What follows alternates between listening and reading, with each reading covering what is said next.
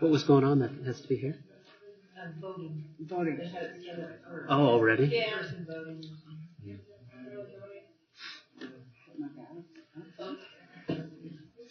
Yeah, exactly.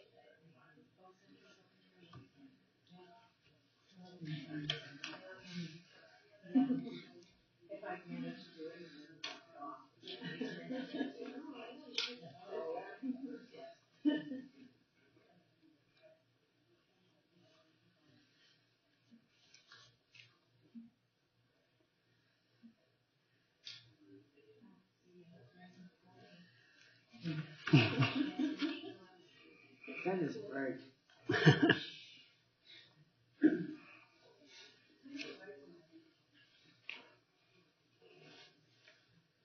She got to get used to getting up in the morning. Yeah, she does pretty good. Yes, she does. Except for the one morning she was late. Yeah, because on Monday we were swimming in the rain. Yeah, I was surprised that they did that. Oh. Because I love the cloud cover. Oh, yeah. Yeah, I was surprised she went in. I didn't think they were going to be open. Yeah. There's some real diehards, including me. Because Glenmore Country Club, Sunday, they closed it in the morning before they even started doing anything. Oh, really? So she didn't even have to work. So how many days does she go there? Or is it vary? Yeah, I think it varies. I don't know. Because I think some days she does both. Cool. I'm sure that's a nice pool. Yeah, I think so. I haven't been in that.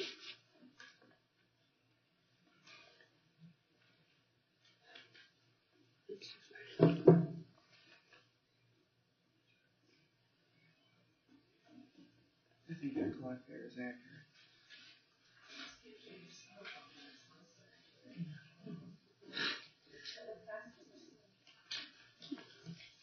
I don't know, mine says 6:30. Yours says 6:30? Yeah. That's the official clock. I'm relying on that clock.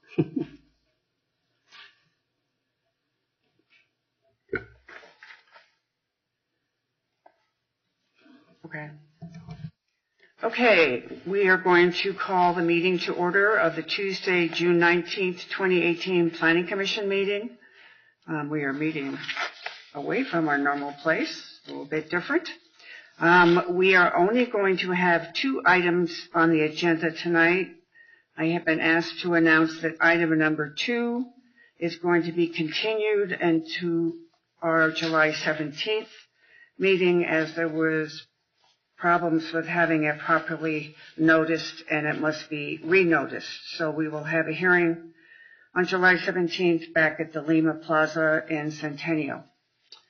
So other than that, we will begin with item number 1, which is case number, I want to note that we do have a quorum present.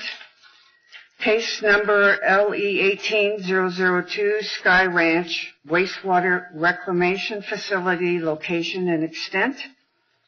And the county will be represented by Jason.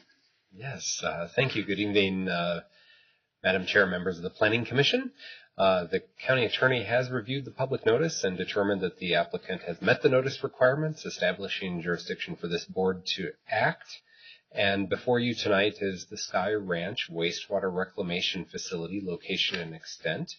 The applicant is the Rangeview Metropolitan District, which will be providing services to this area of Sky Ranch. And they're proposing a wastewater reclamation facility that will produce reclaimed water, which would be used for landscape irrigation and other approved uses. It's going to have 2 structures, a pre-treating plant of about 1,800 square feet and a main plant of about 11,000 square feet. And the initial phase capacity is going to be about 0.4 million gallons per day, or I think that works out to 400,000 gallons per day, which is enough for about 2,000 single-family homes, or equivalent to single-family homes in terms of demand. It'll be expanded in the future to accommodate additional growth within Sky Ranch, and staff is recommending approval based on the findings in the staff report.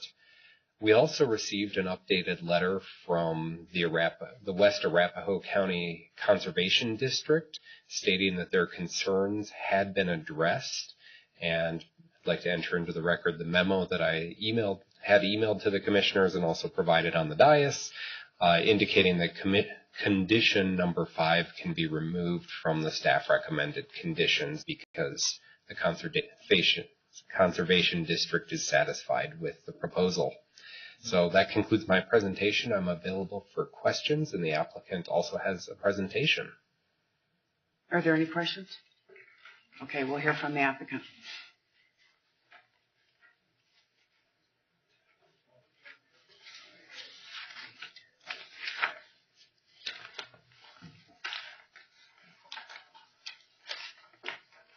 And Jason, do I have to put if I go to the right? Oh, there we go. All right, let's see if this works. Okay. Good evening, Planning Commission. My name is Brent Brilliard. I'm an engineer with PureCycle. Tonight I'm representing Rangeview Metropolitan District, and I'll give you a brief presentation on the Rangeview's location and extent application for the Sky Ranch wastewater reclamation facility. PureCycle is currently designing and has began construction of the Sky Ranch development, which is a mixed-use master plan community located off Air Park Road and I-70, about 3 miles west of Watkins. Sky Ranch has the potential for up to 4,400 residential units and 1.3 million square feet of commercial, industrial, and retail space. As those homes and buildings are constructed, Rangeview needs to provide wastewater services for them, which is why we're here tonight to discuss the wastewater reclamation facility. On the map here, it's indicated, the location is indicated by that blue star, and it'll be located in the westernmost quarter section of Sky Ranch, which we name Filing 1. Initially, we will have 2 different structures for the wastewater reclamation facility. One is a masonry block pretreatment building, which is 30 by 60 feet. And then the main treatment plant will be concrete with a width of 70 feet and a length of 167 feet. These facilities have already been approved by the Planning Commission and the Board of County Commissioners in the 1041 permit application process. They'll be owned and operated by Rangeview Metropolitan District. And the wastewater reclamation facility will be built on a 3.4 acre parcel currently owned by PureCycle, but after the approval of the wastewater reclamation facility location and extent and the finalization of the final plat, PureCycle will deed those 3.4 acres over to Rangeview Metropolitan District. Looking at the aerial overview map, you can see Sky Ranch Filing 1 on the left, and the location of the wastewater reclamation facility will be on the western edge of that community, indicated by that purple oval. The image on the bottom left is a rendering from the western edge looking east across the site. Initially, water will come from the homes will be collected in the sewer system. It'll drain through the sewer system down into some trunk lines, which will bring it into the site to the pretreatment building here, where it'll undergo some preliminary treatment processes. The wastewater will then be pumped to the main building at the center of the site, that main treatment plant. It'll be partially buried and have a green roof to help with the aesthetics of the site.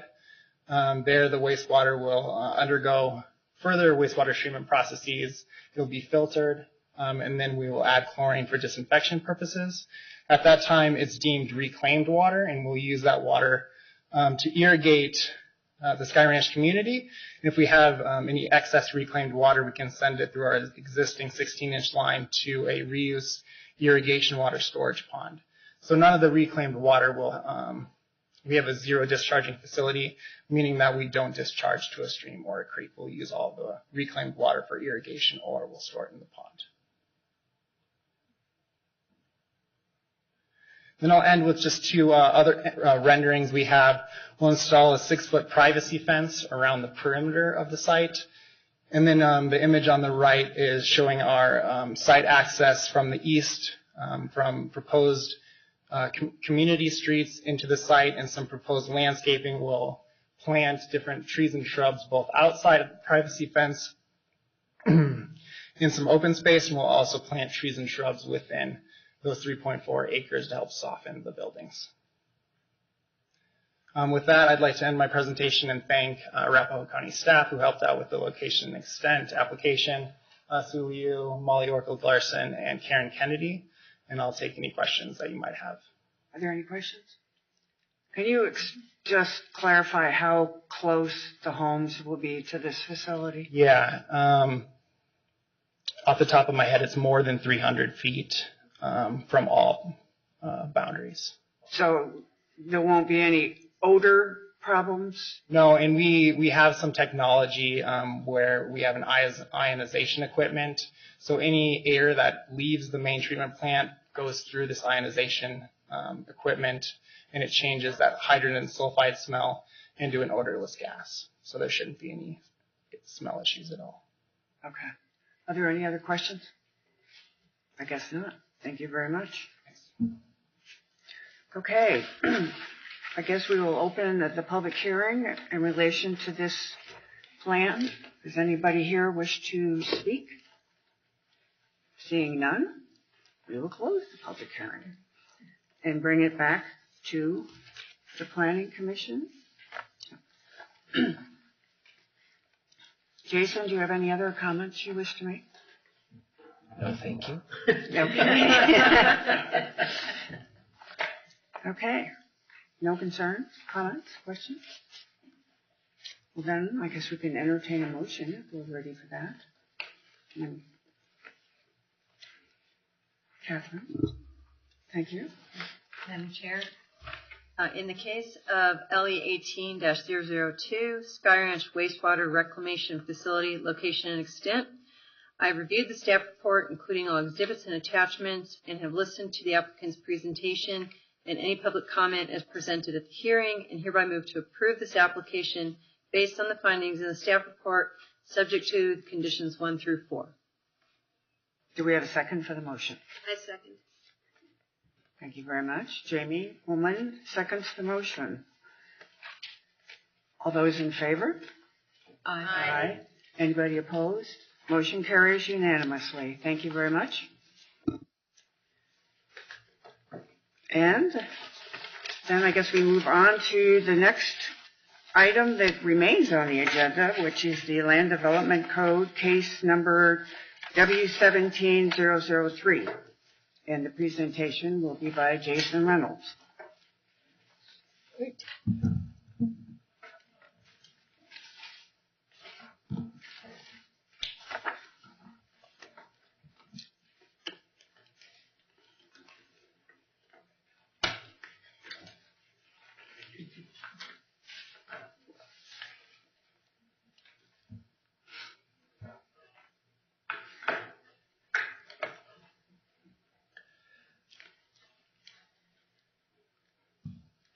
All right. Thank you, Madam Chair, members of the Commission. This is a proposal to update our land development code as it relates to subdivision exemptions.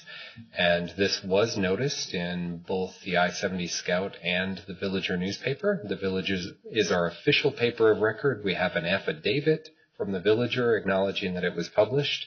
We do not have one from the Scout, however. We did get billed by them, and they sent us a proof. Subdivision exemptions are, and this is something we went over in a study session, and so this is primarily for the folks reviewing this on YouTube or in the audience tonight.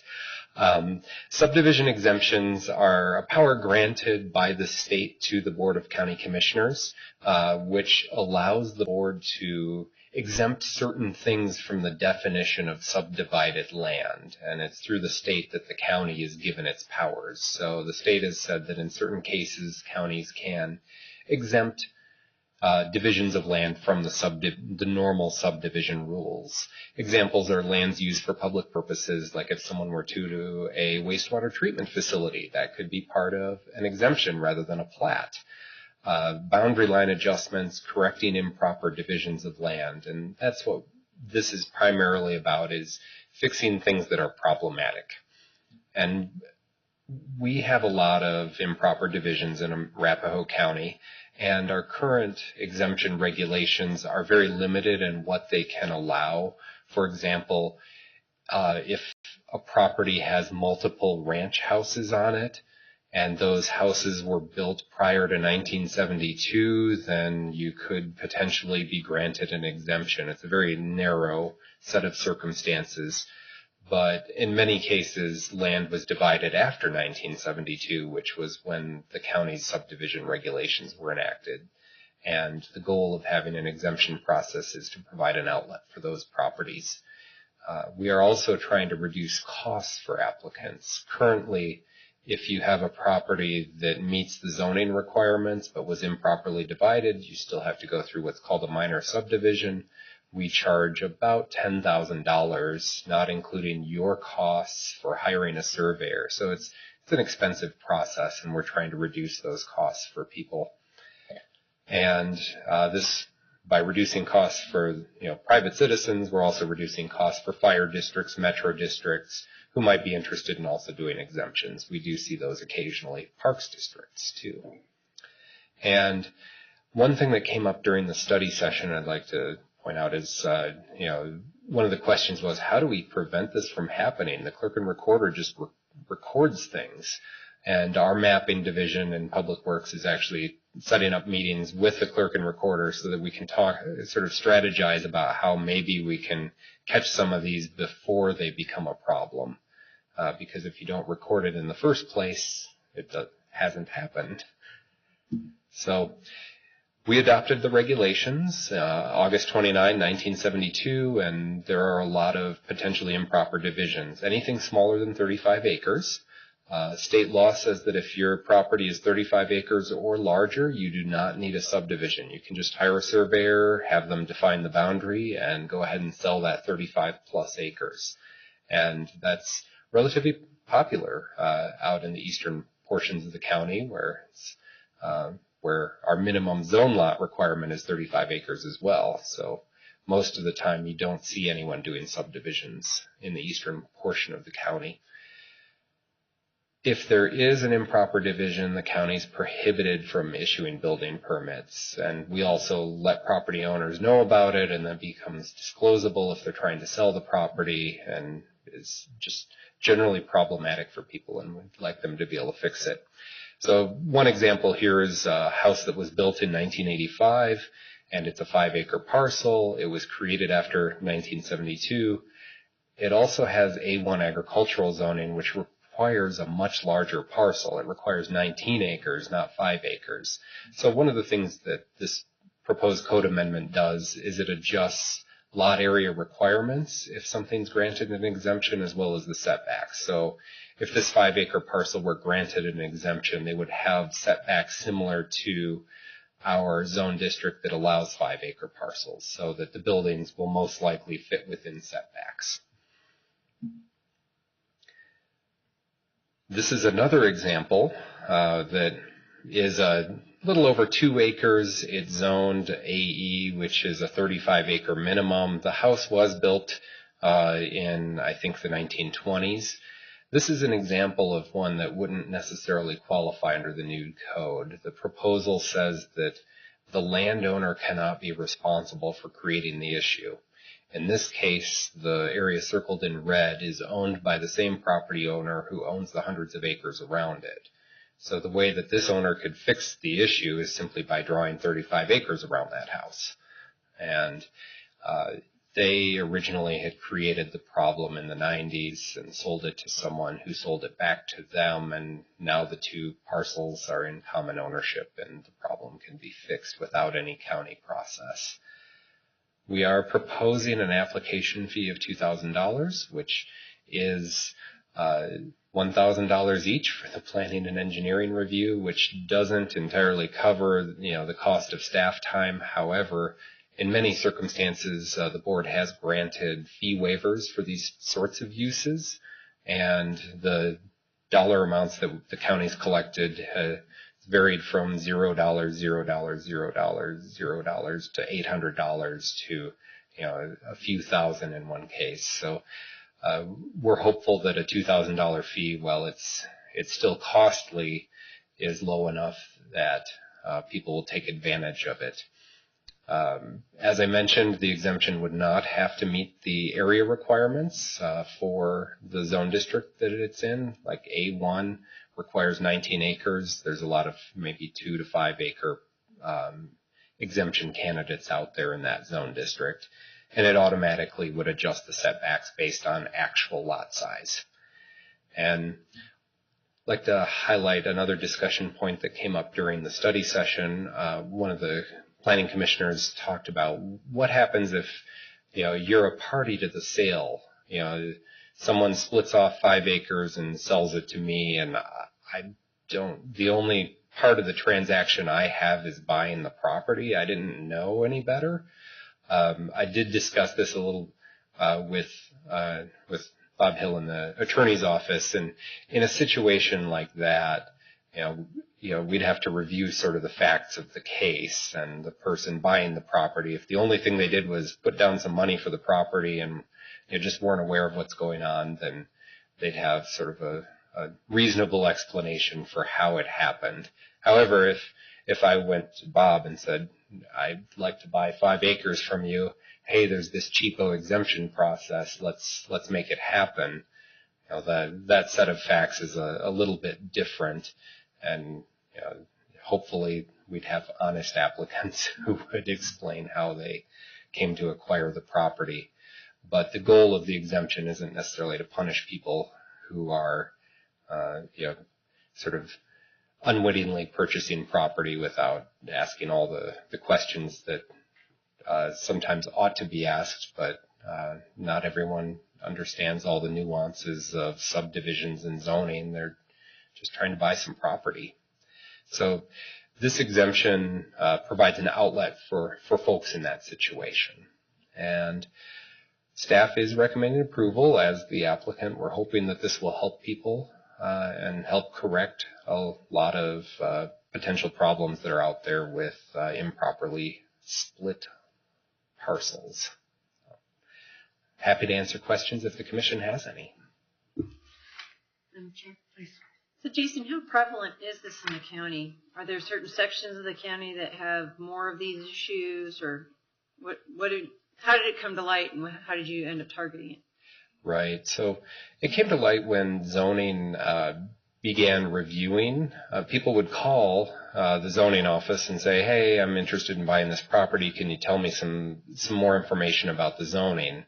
And zoning in the past didn't ask the subdivision question. They'd just look at the lot size.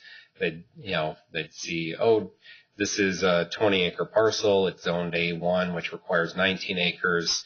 You meet the zoning, you're fine. But the question we weren't asking was it properly split off a larger parcel? So it came to light because we became a little more rigorous in the questions we were asking when people had questions about their properties.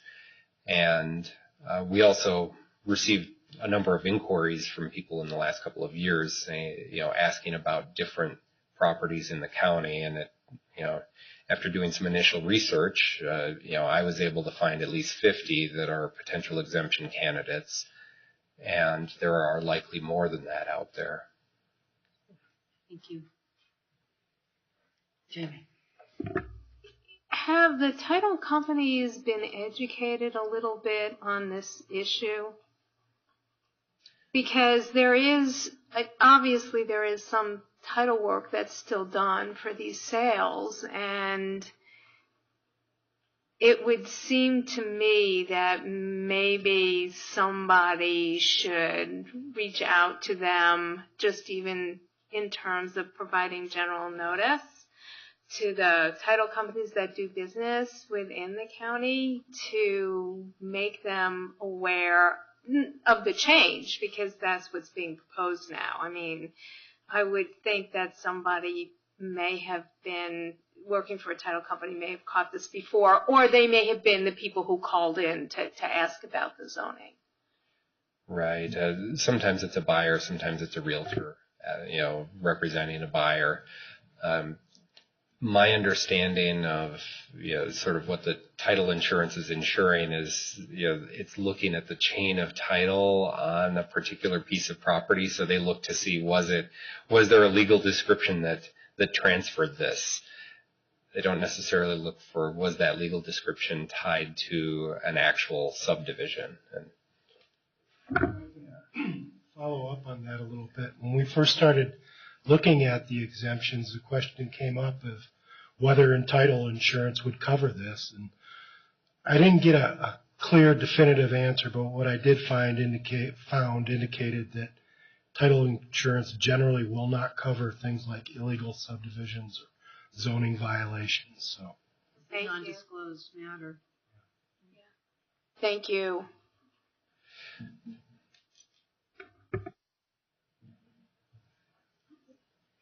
Any other questions for Jason?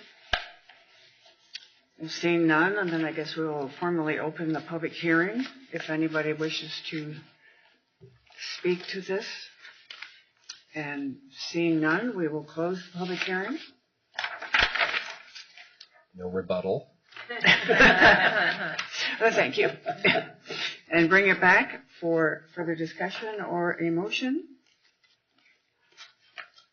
Anybody? Mrs. Woolman? I'd like to make a motion in the case of W17-003, Arapahoe County Subdivision Exemptions Code. I have reviewed the staff report, including all exhibits and attachments, and have listened to the applicant's presentation and any public comment as presented at the hearing, and hereby move to recommend approval of this application based on the findings in the staff report, subject to the following condition as noted, which is condition number 1. Do we have a second for the motion? I'll second. Mr. Stahl seconds the motion. All those in favor? Aye. Anybody opposed? No one's opposed. Motion carries. So we will adjourn the meeting.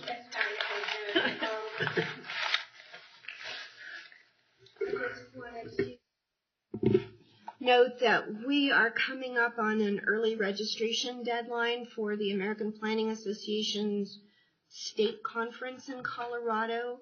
If there's anyone who would like to attend that, if you could get in touch with us as soon as possible.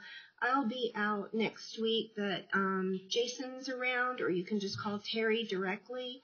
Terry Molick is the one who handles the or she can help you with the registration. It's actually easier if you go online and do the registration yourself, but she can walk you through that process, and we can either pay for it with the county credit card directly and reserve your hotel room with a credit card. We may have to work a little magic to get that to work, but we can do that, or you can, if you've got a credit card and you get mileage or something and would prefer to do that yourself, then the county can reimburse you afterwards. So if you could just let us know so that we know how to budget. And there is some pre-travel paperwork that the county requires just to ensure that those costs have been authorized before they're actually incurred.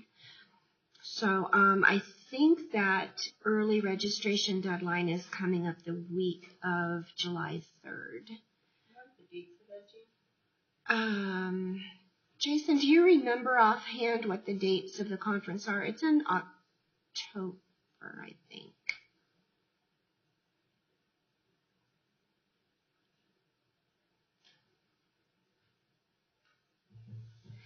And you should all, at this point, have a login for American Planning Association. All of your memberships have been paid. So if you haven't gone on and set up your login, both for the national APA page and for the state page, I recommend that you do that because it's got a lot of good information on there. Just you get the planning magazine anyway as part of your subscription, so you're getting that in the mail, but you can also read it online. It has special tips for planning commissioners, just a lot of good information on both of those websites and activities that are coming up that you might be interested in. And the conference dates are Wednesday, October 3rd through Friday, October 5th. And it's at Keystone. But those hotel rooms do tend to book up quickly, so it would be good if you could get hold of us pretty soon if you would like to go. Okay, thank you. And thank you for coming out on this stormy night to be here. Great, thanks.